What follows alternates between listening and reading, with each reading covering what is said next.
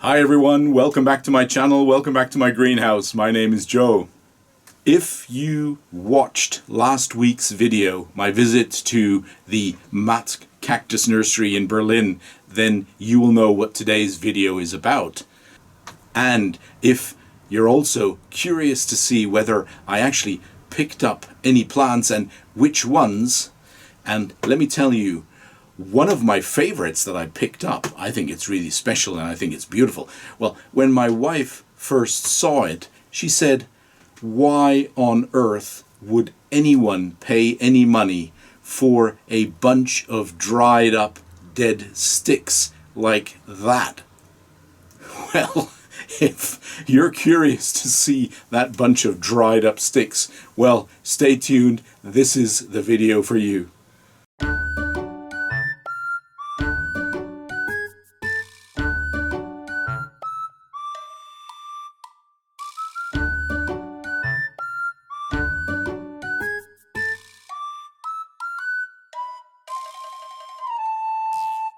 Hi, welcome back. Welcome back to my channel. My name is Joe. As I said earlier, a lot of you actually asked me in last week's video, that visit video. By the way, if any of you watching this one now have not seen last week's video, just go back on my channel. Please view it. It is truly a unique experience seeing that Matt's Cactus Nursery in Berlin. And I guarantee you will enjoy it. Anyway, this video today is about the question, did Joe pick up any additional new plants from that nursery from his visit, and did he bring any back home to his greenhouse? Okay guys, now what do you think? Could I actually ever go into a place like that without picking up at least one, maybe two or three tiny little beautiful plants that I could bring back? Well, you should know me by now. There's no way that would happen. I obviously gave in to temptation and I brought back a handful of new ones. So let's take a look in today's video. Like I say, it wasn't many because, as you also all know, I do have very limited space in my greenhouse, but if one looks hard enough, there will always be a little space that one finds in one's collection to, that needs filling with a new plant. So I think it's always worth taking a really hard look at one's collection and looking for those vacant spots, because then it's much easier as you go into these nurseries that you visit. It's much easier, of course, to walk out again with a few really sensible buys because you're filling a couple of spaces that you found, right? Anyway, let's take a look. So we're going to start off with three aloes, dwarf aloes, that I must say, I love dwarf aloes because not only do they have wonderful little flowers, but they also grow just beautifully together with cacti, and because they're dwarf aloes, of course, they don't take that much space, because you can buy or you can get and grow some aloes that are indeed quite massive in size. Some of them actually, they will grow to huge trees. So one of the aloes that I have been wanting to actually own for a long time is a plant that by now is actually called Kumara, and it is Kumara plicatilis, or Aloe plicatilis as it used to be called. It's a very unique looking plant originally from South Africa, and it's a very long-lived, very slow-growing plant, about 10 to 20 centimeters a year that it grows, but already young plants look truly beautiful, and the older they get, the more spectacular the plant actually looks. And of course, it is called the fan aloe for a good reason. This beautiful tiny little plant is Aloe fleurentiniorum. It originally comes from the mountains of Yemen, Oman, and Saudi Arabia. And there, as I was reading, it actually grows on limestone-capped rock massifs. It's a relatively dark-leaved, beautiful plant with deep pink flowers that appear all year. A beautiful addition to my collection of miniature aloes is Aloe striata, the coral aloe. It originally comes from the northern Cape region of South Africa and also southern Namibia. It has red and green tipped beautiful flowers, and it's a very ornamental plant. Again, the older it gets, the more beautiful it becomes, and this is obviously, like the previous one, still a quite young specimen, but I'm looking forward to seeing it develop.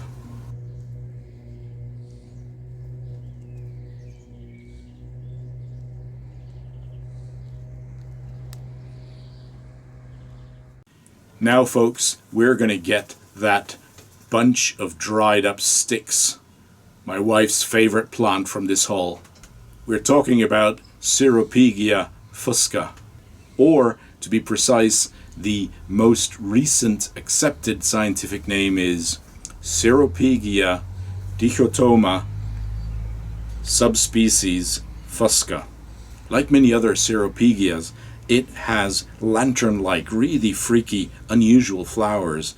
They're dark red and brown, and they're endemic to the Canary Islands, islands in the middle of the Atlantic, where they grow as shrubs with lots and lots of cylindrical branches. And amazingly, it also grows on relatively recent red-colored volcanic rocks in full sun. So this plant is truly adapted to an extremely hostile environment. But when it flowers, the blooms are absolutely mind-boggling. They're spectacular, at least what I've seen from pictures, and I hope to be able to see mine be in flower one of these days too, and of course I'll share that with yourselves. By the way, I also have on my channel a special feature on a Ceropegia stapeliiformis. Take a look at that one. I issued that video a bit more than a year ago. I'll leave a link in the description below, and if you want to see a truly weird and wonderful succulent plant with unbelievably weird flowers, well, that is definitely one. And so I'm hoping that this Ceropegia dichotoma subspecies fusca, wow, mouthful, that one will also produce such wonderful rare blooms for me. Now here's another really unusual plant with a unbelievably complicated scientific name. It's a real tongue breaker. Ceropegia dangui. It has a simpler popular name, and that is the silver dollar plant, or silver dollar vine, or penny plant. It's a really unusual climbing succulent that actually produces vines, which come out of a caudiciform base, and it has liana-like stems that start growing to quite large bushes in its natural environment. This beautiful succulent plant, which originally comes from Madagascar, I've decided I'm going to try and grow it in a hanging basket. Now my sixth and final non-cactus succulent plant of this particular haul from Berlin is a euphorbia. A quite unusually formed specimen though of the quite well-known Euphorbia obesa. At least that's how it was labeled. So rather than the normal plump baseball-like rounded shape, remember the popular names of this plant include the golf ball succulent or the baseball succulent. This one has quite distinct and sharp ribs. So I was wondering, perhaps even it's a hybrid with a Euphorbia melanostelli, for example. Or it's just a regular Euphorbia obesa form with these very distinct ribs. I have seen pictures of forms just like this one, as it is quite a variable species.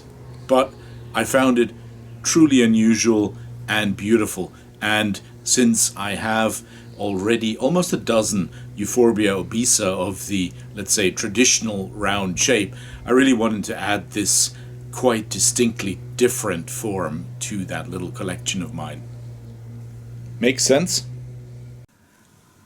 And last but certainly not least, I also had to pick up 2 cacti.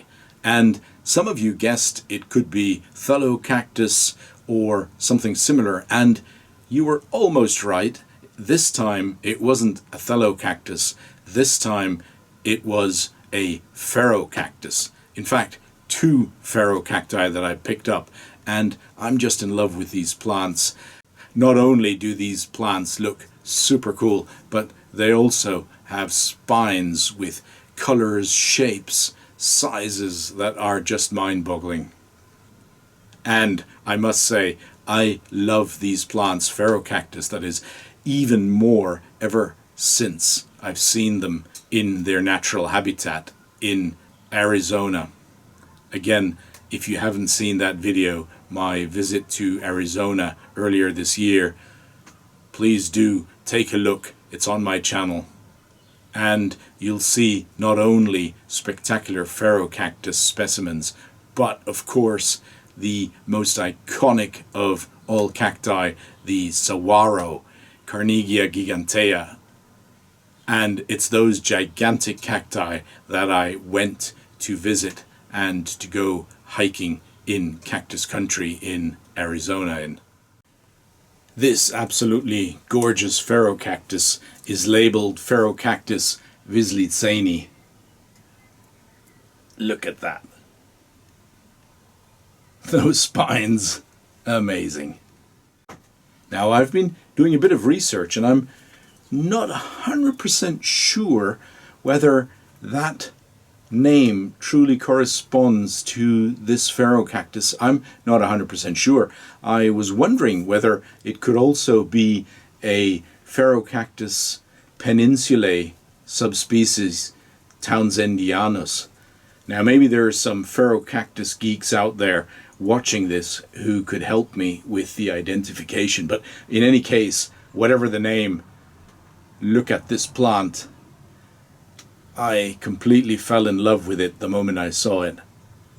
So this is definitely an addition to my Cactus collection that I'm very, very happy about.